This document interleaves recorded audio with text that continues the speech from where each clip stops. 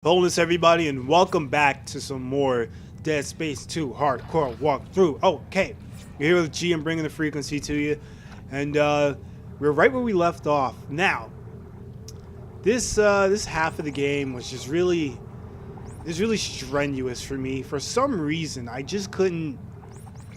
I had a very difficult time with several sections that I guess technically aren't even my problem areas. They just proved to be a little bit difficult for me.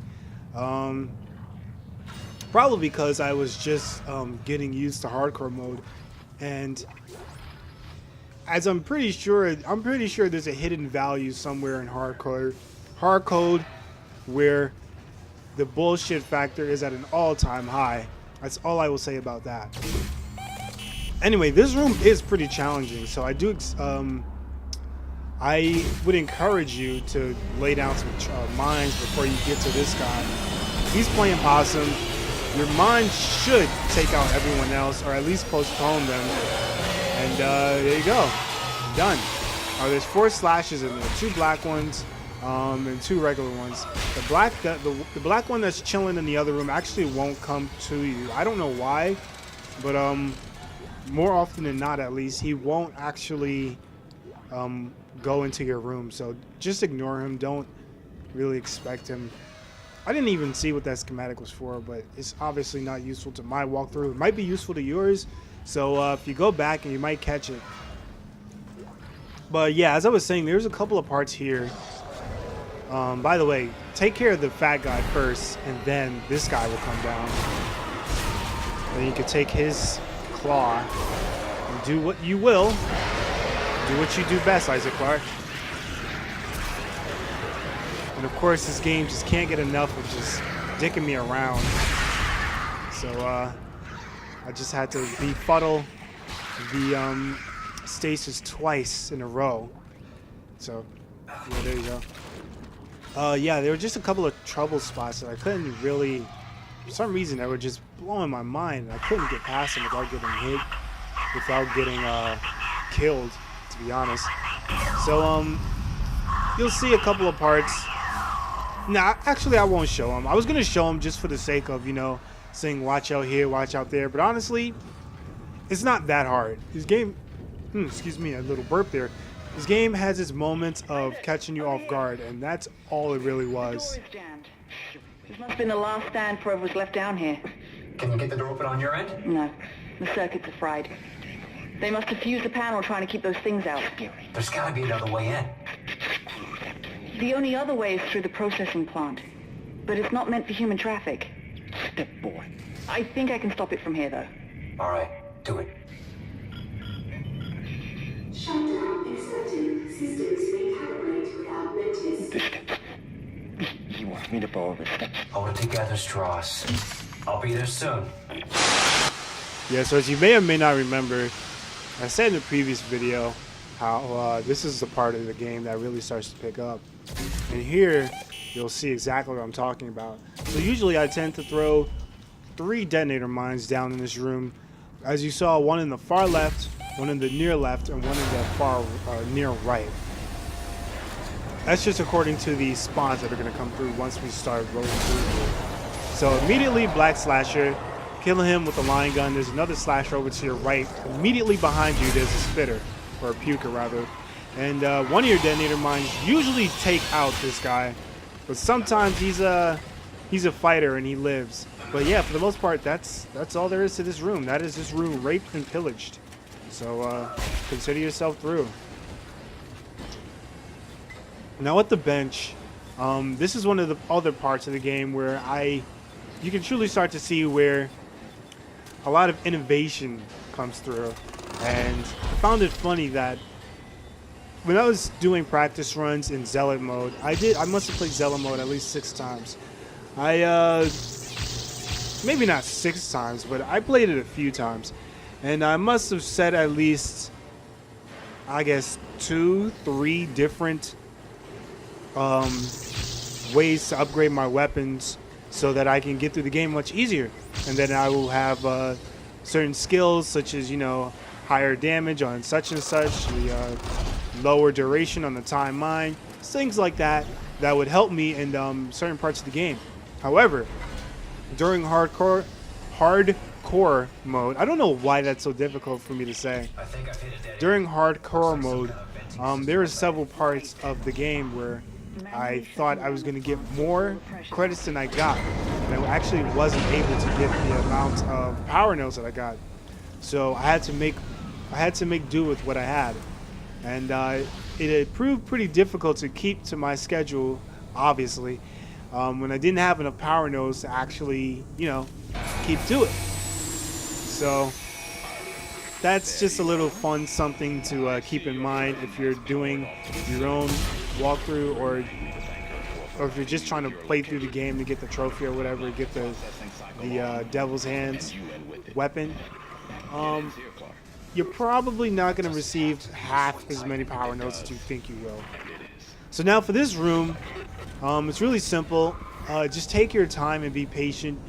You probably won't die on this in normal or normal, zealot, whatever those modes are called.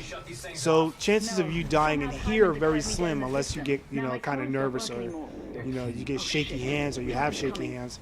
But this part is really relatively simple and relatively just what I consider one of the cooldown periods of the game, where they allow you to go through this and you're not really in any sort of danger, at least not any immediate danger. You're only in danger because you failed to stasis that in time, or you're impatient.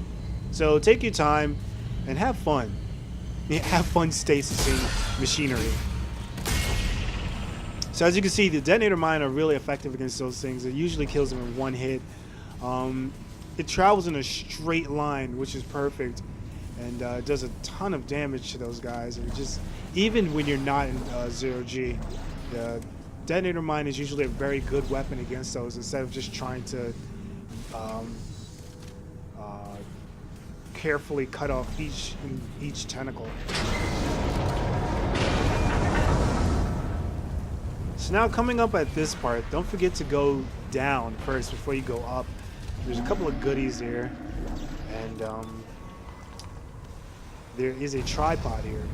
Now, of course, I'm on hardcore mode, so when I activate this thing, I shoot the time mine at it, and for some reason, not all of these things blow up.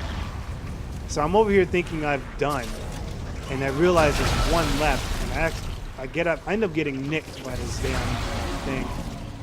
However, what I did find out from that little mishap was that you can actually just time mine the thing even while it's closed, and it'll just blow it up. That's what happened there. It actually receded back into its little shell there, and it still blew up from the time mine. So I think that's pretty useful to know. Once again, no patience for these hoes. Why give the necromorphs patience they won't allow you, right? I'm talking about, of course, the Guardian and now the tripods. You guys okay? Not really.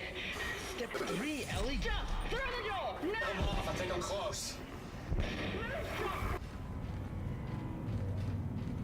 I think it's really funny that they were just right in this room, but they were in that room for that long, and then they finally said, maybe Isaac's coming in, maybe now's a good time to move. It's just weird to me, but it's enough nitpicking. Oh God, Isaac. Glad to see you've got all your parts. You all right? Yeah. There are 4 steps. No thanks to Twitchy here. 1, 2, 3, 4. Step 4. She'll be waiting. Jesus, Strauss. You okay? It's getting worse. What is step 4? Who will be waiting? If the screws, if the needle, she'll be waiting. He's not gonna make it. We gotta keep moving. There's an industrial transport upstairs. Runs on the same spoke as the commuter train. It should get us to government sector. She'll One of us will have to deploy it from the gear house. staring, asking. I'm Stay here and try to get him on his feet. if the needle. She'll be waiting. All right, she will be waiting. So now we're off to get the tram activated for our escape from this facility, or rather our relocation to government sector. And this next part is actually pretty troublesome. It's pretty troublesome if you are not prepared and you're just going through without really a strategy. But you're sticking with G, bringing you the frequency, so you already know that I got something planned. Now this guy comes out first. Usually he lands, but of course, hardcore mode, why would he follow directions? There's another leaper right there. That guy usually gets taken down by that mine. There's another leaper that comes down the wall, and that's why I hate the leapers, especially the upgraded, the black leapers. They do so much damage, and they're such cheap enemies. But anyway, we make it through. Now we go up the elevator, and there's going to be a few more necromorphs that we have to deal with. Well, isn't that the case in every section?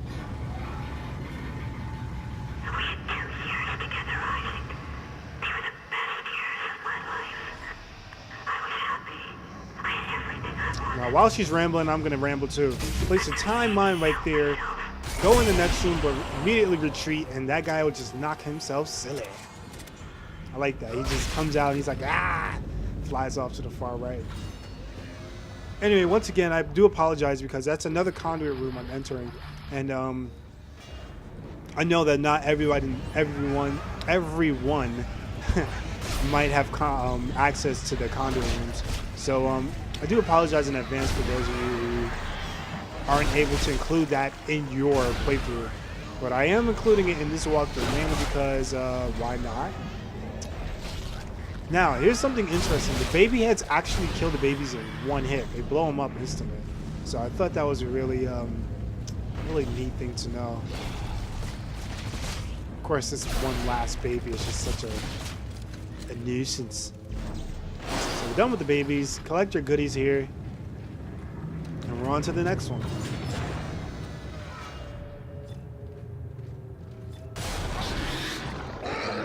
Now, in this room, there's a puker, 2 of these little baby things, and that is all. Usually, I get the puker right before he spits at me, so that's why he was able to catch me right there. I'm not used to him actually being ready that fast, so to speak. But he got me. It's nothing serious though. As you saw, also, I increased the damage of the plasma cutter and the line gun. That's so that now we can start one-shotting these guys with the line gun if you just shoot them in their ankles. For the most part, we were already able to do that, but now it's much, it'll happen much more frequently, which is awesome. You know, less shots, less time to deal with one necromorph. It works out for us in the end. So just a tip there, something to keep in mind. Also, another thing to keep in mind, we're actually coming up to another bench. So if you are feeling feisty, you can spend the ammo in one of your weapons and then use the upgrade capacity for that weapon. So here is actually the grandfather. That's what I call this necromorph. I don't know why I call him the grandfather. Probably because he looks kind of old and he's lanky and he has that coat on. Although I'm not sure what his name is officially, I call him the grandfather. And those little things that he, you know, that I just call those grandfather pieces. So just so you have an idea of what the hell I'm talking about whenever I say grandfather in Dead Space, not in real life. I'm not talking about those things in real life. So if you ever meet me and I say grandfather, I'm not talking about that necromorph. Just so we're clear. In this next room, there is a trap that is set up for you. Normally, people would probably blow that thing up, send it sky high. However, if you do that, there is a breakable window to your left that will end your game very quickly if you are either A, everyone, or B, not quick enough on the fingers to get that red button at the top. However, you can just avoid that by simply stasising. You could stasis them both and then just shoot off his arm so neither he can use it and you won't shoot it accidentally. One thing I don't recommend is that you go after the... One thing I don't recommend is that you go after the black necromorph because it puts you at a weird angle where if you were to shoot the other necromorph, the bomber, there's a chance that you might blow out the bomber with your gun. So just be careful of that. And as far as I'm concerned, you have to have incredible reflexes to really get that button at the top.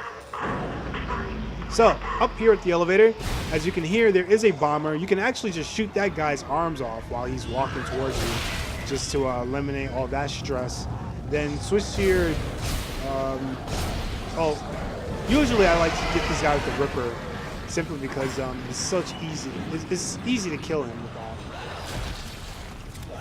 And there's another spitter inside. And there's another grandfather piece that's inside of the next room, under this blue wheel looking thing. You'll see what I'm talking about. So there's the bench I was referring to before. If you're looking to increase your capacity, you can waste a little bit of ammo before this bench and get some free ammo. So there's your grandfather piece. And this is me wasting this last Ripper bolt so that I can, or Ripper blade rather, so I can upgrade the capacity.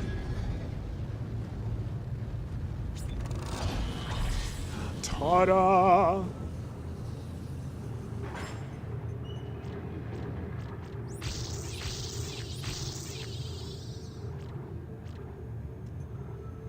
Actually, I'm not sure if it was this. Yeah, here is where I upgrade the damage for the line gun. Sorry, that was a little bit of a oversight on my, not an oversight, but a foresight on my end. So yeah, we're already able to one-shot the guy, so that's even better actually. The line gun is just the enforcer. That should be its name. But I do get the damage upgrade for the line gun here because I do want that duration, the duration node. And that's going to quickly reduce the time it takes for the line gun bombs to blow up, which is great for the rest of the brutes that we're going to see in the game, as well as for the enemies too. Now, before you get that third piece in and you press the button for the tram, I do recommend that you actually set detonator mines here, because you're going to activate 2 black slashers that are going to come running at you. And remember what I told you before about maximizing your detonator damage. Make sure those mines are facing the door with 3 lights covering the whole doorway. That way you can get the most out of the mine and not just, a cheap shot or something. So there, that one goes down in one shot. This one doesn't for some reason, but whatever. He gets taken down. We're officially maxed out on the damage of the line gun. And we're officially at the end of this video. So thank you guys for watching. I will see you in the next video, and enjoy this cutscene. Why'd you come looking for me if you knew I was dead, Isaac? Did you think I would forgive you? Get out of my head. You're not Nicole!